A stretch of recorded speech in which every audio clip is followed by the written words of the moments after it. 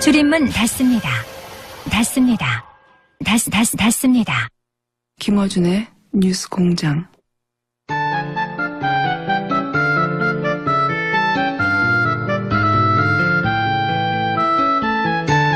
저 누가 발견? 자,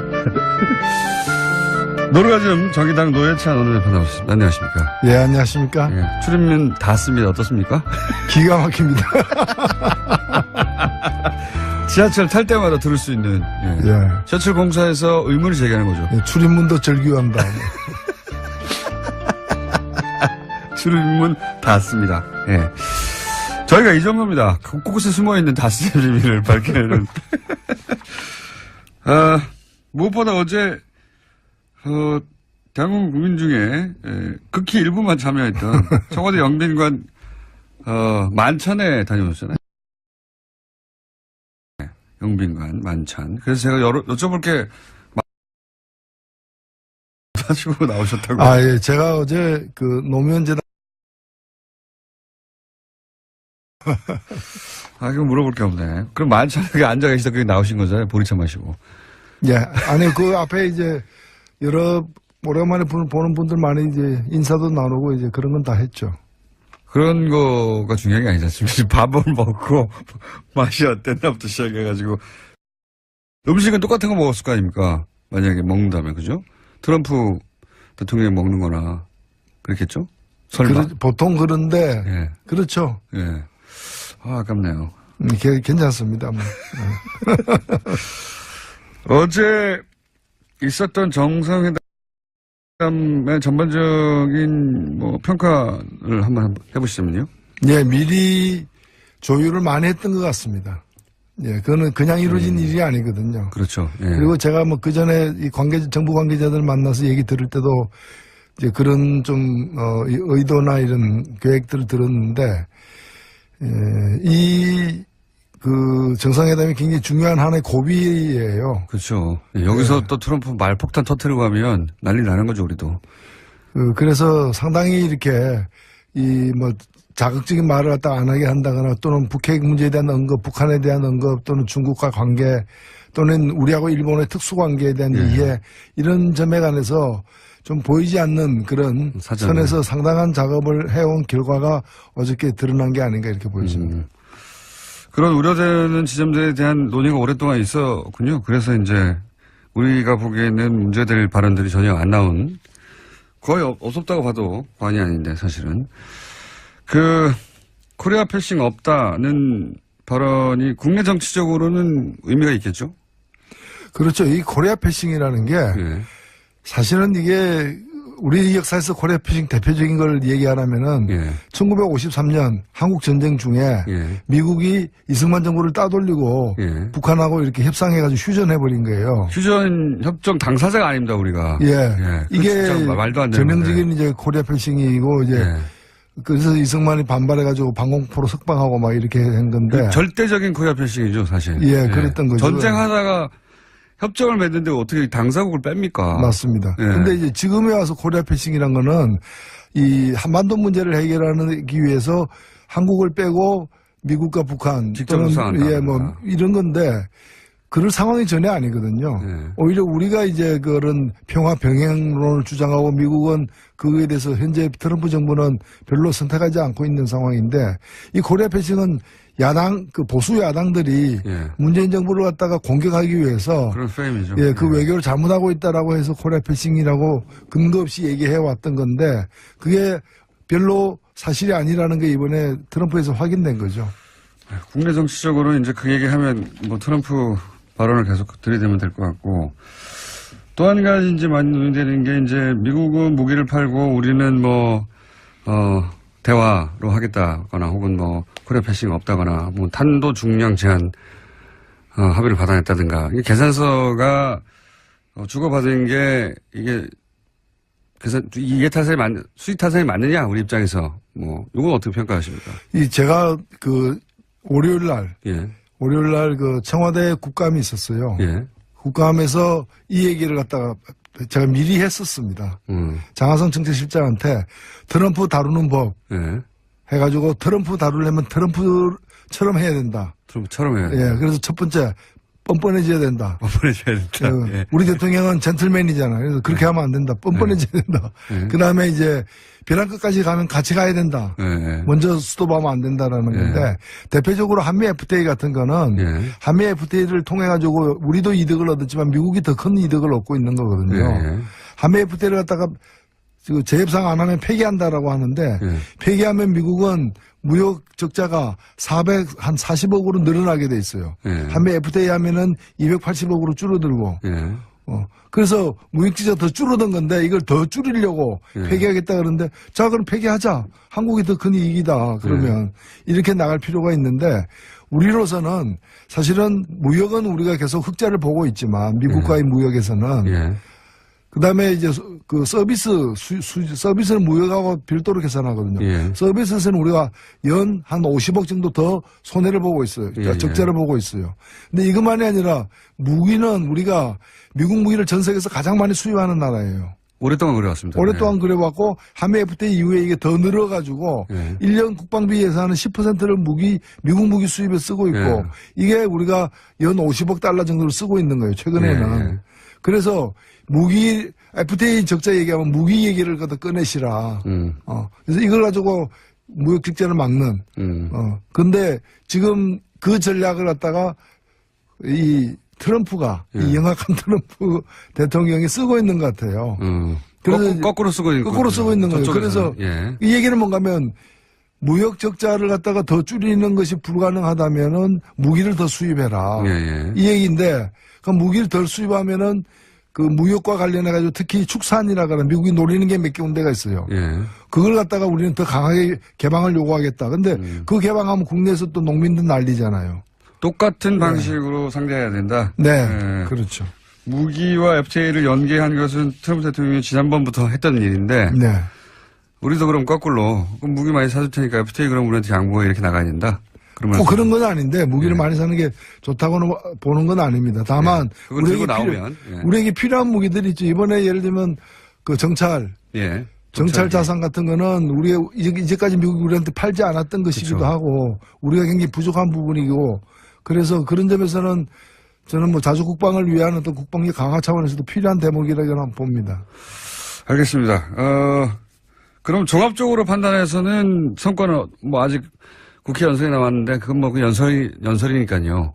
지금 사실상 오늘 국회 연설까지도 사실 보긴 해야 되는데 지난 일주일 전에 11월 1일 날 대통령이 이제 국회 시정연설하러 와가지고 사전에 여야 대표들하고 간담회를 했어요.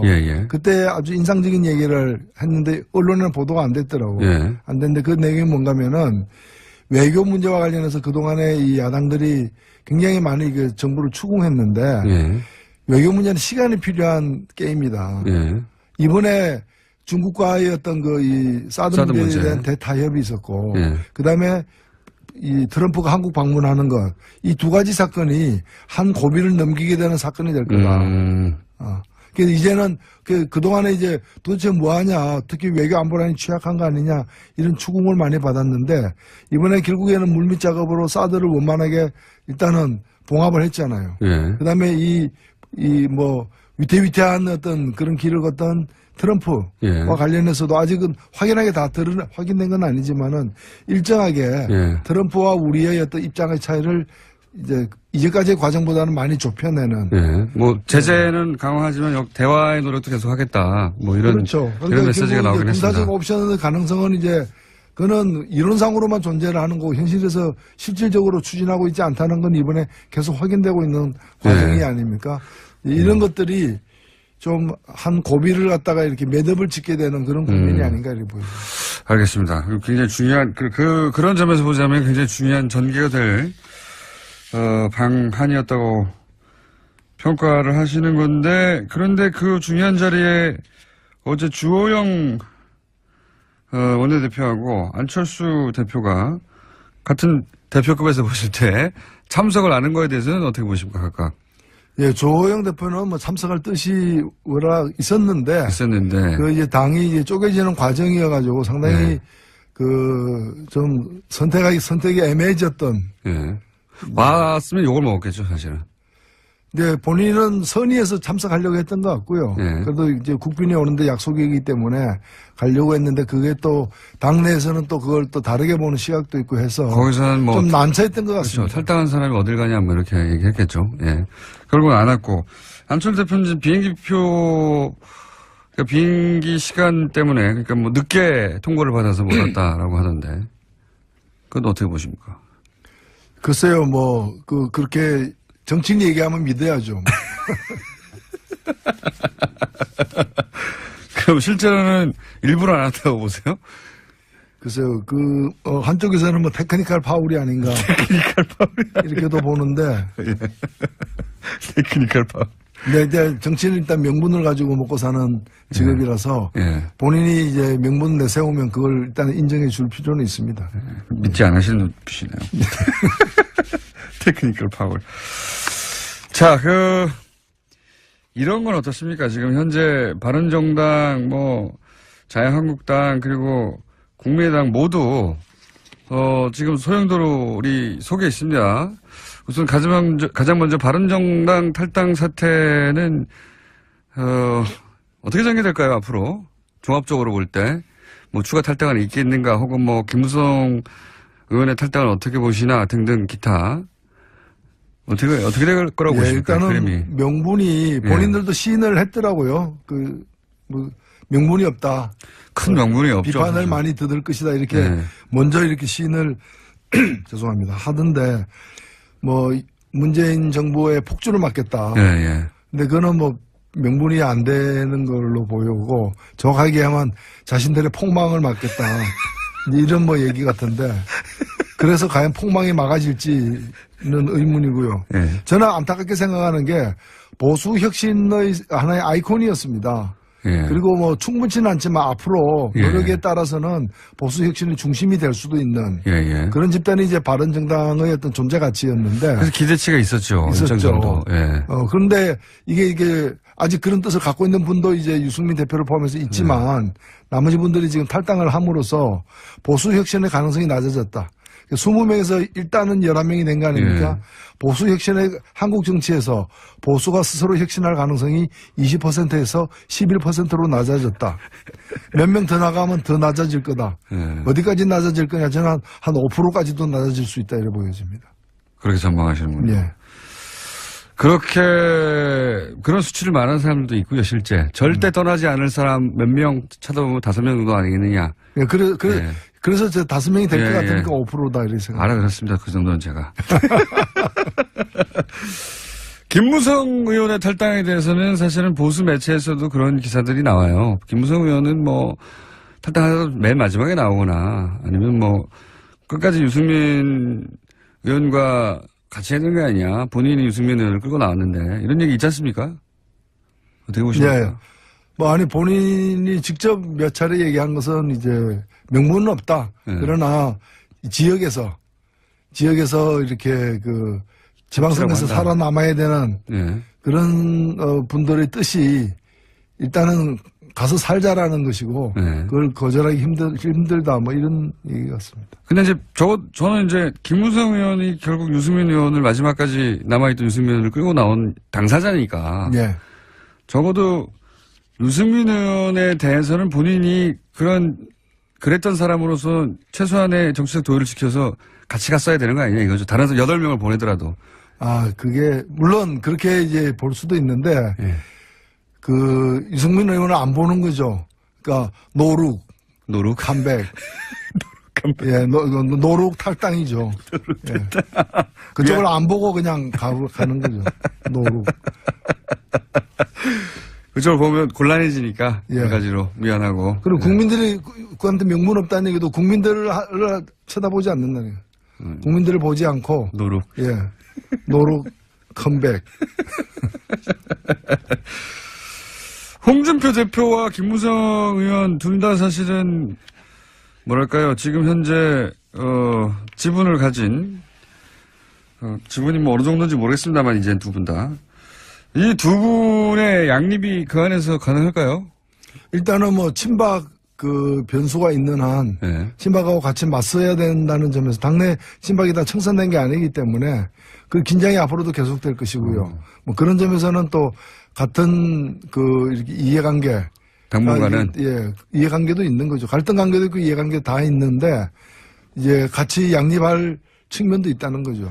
당분간은 그럴 것이다. 그러면 서청원, 최경환 두 의원의 출당 문제를 가지고 힘을 합칠 수도 있다. 예, 뭐 출당이 그렇게 과연 쉬울지 불가능할 것이라는 얘기도 많이 하긴 하던데요. 의원총회에서는 예. 불가능할 것이고요. 예. 그다음에 정치적으로도 그 사람들 있어야 제1당도 노릴 수 있기 때문에 예. 숫자가 줄면 안 예, 되니까. 그 사람 빠지면 아마 제1당이 쉽지 않을 거예요. 그래서 지금, 아마 예. 거의 이렇게 실신 상태로 해가지고 데리고 있는 그런 뭐 그런 상황도 있을 수 있습니다. 실신 상태나 뭐 혼수 상태든. 어쨌든 계속 공격은 하되 네. 출당은 현실적으로도 어렵고 또 꼭 굳이 숫자를 줄여서 출당시킬 필요가 있겠냐. 자기 120명이 넘어가야 되는 상황인데요. 그렇죠. 예. 122가 되려면 예. 그 두 명이 필수적이죠. 그래서 이제 현실적으로는 쫓아내지는 않을 것이다. 하지만 이제 힘을 줄이려고 계속 이렇게 공격을 할 것이다. 이 정도? 그러니까 쫓아내는 모습을 계속 보일 것이다. 아, 쫓아내려고 하는 모습. 예. 그러면 남은 유승민 의원은 어떻게 그 앞으로 전망하십니까? 그 정치적 생명은?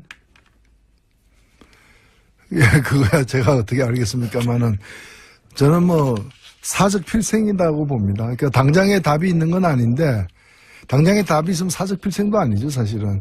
그런데 당장에 답이 없지만은 그 뭐 보수 혁신은 굉장히 중요한 가치이고 예. 또 필요한 어떤 노선이기 때문에 그 길을 뭐 어렵더라도 일단 견지하면서 그 후일을 또 도모해야 되는 거 아닌가 보여지고. 쉽지는 않아 보입니다. 예. 예. 다만 제가 안타깝게 생각하는 건 뭔가면은 그 특히 이제 안보관은 예. 혁신 보수가 갖춰야 될 어떤 안보관하고 예. 유승민 의원이 현재 견제하고 있는 이제까지 견제해 있는 안보관은 예. 저는 일차지 그 바람직하지 않다고 봐요. 경제적 부분에서는 사실 상당히 진보적인 네.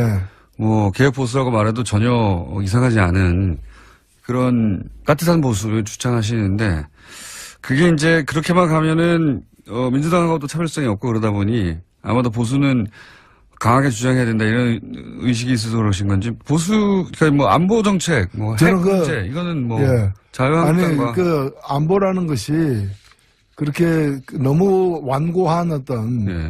그런 강경한 어떤 이 대북관이라거나 안보관이 과연 개혁 보수의 어떤 노선이 될 수 있는가에 대해서 의문이에요. 자유한국당과 차이가 없죠. 그 부분에 있어서는 예. 그렇죠. 핵 문제라든가 예. 뭐 전술에 가져야 된다고 또 얘기하고.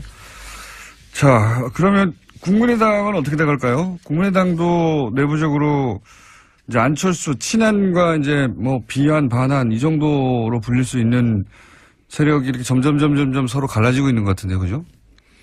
예, 저희 국민의당이 어떤 특정한 어떤 이념이나 가치를 중심으로 모인 정치 세력이라기보다는 지난번 대통령 선거에서 문재인 후보를 거부하는 그리고 안철수 후보나 제3지대의 후보를 중심으로 모이고 싶은 사람들의 어떤 총연합군이었기 때문에 대선이 끝나면 이 당은 사실은 해산될 수밖에 없는 쪼개질 수밖에 없는 당인데 근데 이제 정치라는 게 하루아침에 또 어떻게 쪼개지고 이합집산하기 쉽지 않으니까 일단은 좀 표류하고 있는 상황이죠. 근데 안철수 대표가 이렇게 다시 그 당권을 잡음으로써 그 갈등은 이제 다음 대선까지는 어차피 표출될 수밖에 없는 그런 상황에서 지금 좀 빠르게 뭐가 나타나고 있는 것도 있는 거죠.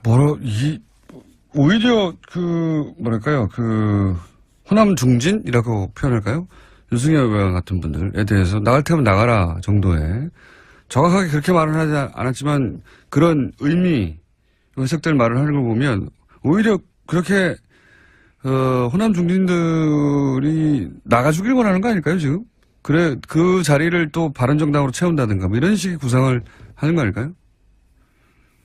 그렇지 않고서야 예, 그쪽에 이제 좀 미련을 이제 버리는 게 아닌가. 왜냐면은 그쪽을 계속 쌓고 있으면, 지금, 안철수 대표가 가고 싶어하는 관심을 갖는 이 바다는, 예. 그 불로 안철수 후보에게 대표에게 불러오셔는 그쪽이 아니에요. 예. 그렇죠. 그쪽이 아니라 이 예. 보수의 본토, 죠, 사실은. 지금 그동안의 지금 진행되고 있는 적폐 청산을 복수라고 얘기하잖아요. 그렇죠. 이거는 자유한국당의 예. 원칙인데요. 예. 그건 그야말로 자유한국당 내에 친박 중심으로 하는 거는 보수 강경파들의 시각이거든요. 예. 시각인데 그쪽에 추파를 던지는 거라고도 저는 보여지는 거고 향후에 다음 대선을 위해서도 확장해야 될 영역을 그쪽으로 보고 있다는 거죠. 그러니까 마음은 콩밭에가 있는데 그 콩밭이 호남이 아니라 이제 강경보수 쪽에 가 있다고도 보여집니다. 그렇기 때문에 그러면 그쪽으로 가면서 계속해서 그 호남을 끼안고 갈 수 있느냐 선택을 해야 되는 거죠. 그러니까 이쪽보다는 저쪽이 땅이 더 넓다고 보는 거고. 그런 딜레마에 부딪혔다. 네. 자, 지금 한번 지난 한 주 동안 정치면을 휩쓸었던 주요한 이슈들을 하나씩 짚어봤는데 저희가 하나 더 준비한 게 있습니다. 국감에서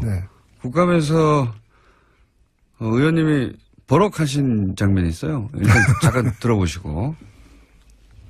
동성애 찬성하십니까? 동성애를 반대하십니까? 방금 이제 그 증인에 대해서 여러 질문이 하는 거는 국회의원 자유입니다만은 동성애자냐 아니냐, 동성애에 대해서 어떻게 생각하느냐 밝히라고 한 거는 헌법제구조 모든 국민의 양심의 자유를 지닌다라는 그 헌법의 기본권 조항에 침해하는 겁니다. 뿐만이 아니라 다른 나라에서는 실제로 형사처벌의 대상입니다. 그걸 좀 아셔야 될 것 같은데. 자, 이 상황이 어떤 상황입니까? 예, 그 전희경 의원이라고 예. 바로 그 전날 뭐 청와대가 주사파에서 장악됐다라는 예, 히트를 치셨던. 예, 그런 이제 그 얘기를 해가지고 이분이 이제 그 다음날 이렇게 사보임 됐어요. 그러니까 교체가 됐어요. 예. 아마 그 발언에 그 파문을 갖다가 좀 그 걱정해서인지 빠졌는데 그리고 새롭게 들어온 분이 이제 김정재 의원이었죠. 근데 이분이 동성애에 대해서 좀 지나칠 정도로 동성애 정책에 대해서 자기 의견을 얘기할 수는 있는데 당사자 국가인권위원장에게 동성애 찬성하냐 반대하냐 그리고 동성애 자를 갖다가 어떻게 생각하냐 이걸 갖다 계속해서 반복적으로 강압적으로 이렇게 물어가지고 제가 그 자체가 인권유린이다. 헌법의 그 양심의 자유를 갖다가 침해하는 것이고 다른 나라는 그 자꾸 추궁하면 그 자체가 이제 처벌 대상이 된다. 뿐만이 아니라 국가인권위원회가 해야 될 일이 저런 질문 단속하는 일이다. 그러라고 국가인권위가 있는 거다. 실제로 저기 차별금지 조항에도 그렇죠. 어긋나는 것이거든요. 그래서 그런 지적을 했었죠. 자, 질의 과정에서 이제 문제 제기를 하고 컷을 하신 분이, 노회찬 의원이었습니다. 저희가 한번 들려드렸고. 그런 일이, 국회에서도 이런 일이 계속 돌아가고 있습니다. 잘 안 알려져서 그렇지. 안 알려져서 그렇지. 여기에 나와서만 발언하시는 게 아니에요? 예. 잘 안 알려지더라고요. 국감에서 벌어지는 일들이 요즘은. 아유, 국감에서도 얘기를 많이 했습니다. 많이 했는데, 보도가 좀 덜 돼. 여기는 보도가 잘 되는 편인데. 그래서 뉴스공장에서만 얘기하는 거 아니냐 그러는데, 얘기는 계속 많이 하는데, 보도가 이제 덜 되는.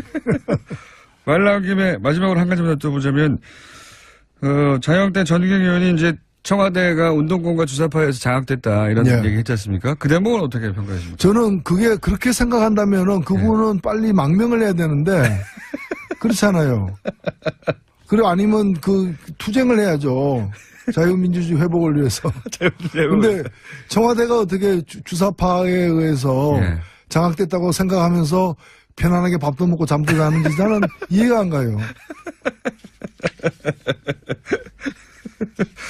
주사파에서 장악됐다는 것은 준 북한이 됐다는 얘기거든요. 아, 그렇죠. 예, 그런 의미거든요. 예. 그러니까 그 정권 하에서 어떻게 그렇게 활보를 하고 있느냐, 평안하게. 예. 요즘 사실 한 30대까지는 주사파가 뭔지도 모릅니다. 이거 언제적 단어인지 모르겠는데, 예. 그래서 비서실장이 이제 좀 발끈했죠. 그렇죠. 예. 주사파라는 의미는 과거 군사정권에서 학생운동하는 사람들을 이제, 김일성의 지령을 따른 사람이다. 그래서 전두환 정권 때 당신은 뭐 했느냐. 뭐 했는지 모르겠지만. 그렇게 되묻는 거죠. 지적을 했었죠. 그 시절에 만들어진 이제 용어거든요. 예. 김일성의 지령을 따르는 사람들, 이런 의미입니다. 이게 말하자면. 그렇다고 이제 공격을 하니까 발끈할 수밖에 없는 거고, 거기에 대해서 의원님은, 그럼 큰일 나는데 우리나라 망명해야지 어떻게 했냐고. 예. 고급스러운 디스였습니다. 자, 한 가지만 더, 시간 다 됐는데, 어제 이정미 대표가 나와서 그런 얘기 하시더라고요. 평상시에 노회찬 원내대표가 정말 말이 많은데, 요즘은 노루가즘에 가서 터뜨리려고 평소에 말을 아낀다고. 그러고 싶은데 그게 안 되네요. 화요일날 저녁에 JTBC에서 불러주면 거기 가서 또 얘기하니까. 꼭 화요일날 부르시더라고. 네. 오늘 여기까지 하겠습니다. 지금까지 정의당 노회찬. 폐기하자. 한국이 더 큰 이익이다. 그러면 이렇게 나갈 필요가 있는데 우리로서는 사실은 무역은 우리가 계속 흑자를 보고 있지만 미국과의 무역에서는 그다음에 이제 그 서비스는 무역하고 별도로 계산하거든요. 서비스에서는 우리가 연 한 50억 정도 더 손해를 보고 있어요. 그러니까 적자를 보고 있어요. 근데 이것만이 아니라 무기는 우리가 미국 무기를 전 세계에서 가장 많이 수입하는 나라예요. 오랫동안 그래왔습니다. 오랫동안 그래왔고 한미 FTA 이후에 이게 더 늘어가지고 1년 국방비 예산은 10%를 미국 무기 수입에 쓰고 있고 이게 우리가 연 50억 달러 정도를 쓰고 있는 거예요. 최근에는. 그래서 무기 FTA 적자 얘기하면 무기 얘기를 갖다 꺼내시라. 그래서 이걸 가지고 무역 적자를 막는. 근데 지금 그 전략을 갖다가 이 트럼프가 이 영악한 트럼프 대통령이 쓰고 있는 것 같아요. 그래서 거꾸로 쓰고 있는 거예요. 그래서 이 얘기는 뭔가면 무역 적자를 갖다가 더 줄이는 것이 불가능하다면은 무기를 더 수입해라. 이 얘기인데 그 무기를 덜 수입하면은 그 무역과 관련해가지고 특히 축산이라거나 미국이 노리는 게 몇 개 군데가 있어요. 그걸 갖다가 우리는 더 강하게 개방을 요구하겠다. 근데 그 개방하면 국내에서 또 농민들 난리잖아요. 똑같은 방식으로 상대해야 된다. 네, 그렇죠. 무기와 FTA를 연계한 것은 트럼프 대통령이 지난번부터 했던 일인데, 우리도 그럼 거꾸로 그럼 무기 많이 사줄 테니까 FTA 그럼 우리한테 양보해 이렇게 나가야 된다. 그런 건 아닌데 무기를 많이 사는 게 좋다고는 보는 건 아닙니다. 다만 우리에게 필요한 무기들이 있죠. 이번에 예를 들면 그 정찰 자산 같은 거는 우리가 이제까지 미국이 우리한테 팔지 않았던 것이기도 하고 우리가 굉장히 부족한 부분이고 그래서 그런 점에서는 저는 뭐 자주 국방을 위한 어떤 줄임문 닫습니다. 닫습니다. 김어준의 뉴스 공장.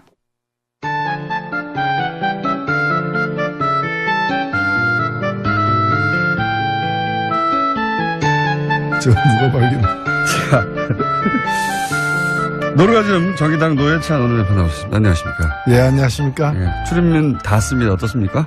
기가 막힙니다. 지하철 탈 때마다 들을 수 있는 지하철 공사에서 의문을 제기하는 거죠. 출입문도 절규한다. 출입문 닫습니다. 저희가 이 정도입니다. 곳곳에 숨어있는 닫스의 비밀을 밝혀내는. 무엇보다 어제 대한민국 국민 중에 극히 일부만 참여했던 청와대 영빈관 만찬에 다녀오셨잖아요. 영빈관 만찬. 그래서 제가 여쭤볼 게 가지고 나오셨다고. 예. 제가 어제 그 노무현재단 이거 물어볼 게 없네. 그럼 만찬에 앉아 계시다 거기 나오신 거잖아요. 보리차 마시고. 아니 그 앞에 이제 여러 오랜만에 보는 분들 많이 이제 인사도 나누고 이제 그런 건 다 했죠. 그런 거가 중요한 게 아니지 않습니까? 밥을 먹고 맛이 어땠나부터 시작해가지고 음식은 똑같은 거 먹었을 거 아닙니까? 만약에 먹는다면 그죠? 트럼프 대통령이 먹는 거나 그렇겠죠? 설마? 보통 그런데 그렇죠. 아깝네요. 괜찮습니다. 뭐. 어제 있었던 정상회담 국방력 강화 차원에서도 필요한 대목이라고 봅니다. 알겠습니다. 그럼 종합적으로 판단해서는 성과는 뭐 아직 국회 연설이 남았는데 그건 뭐 그 연설이니까요.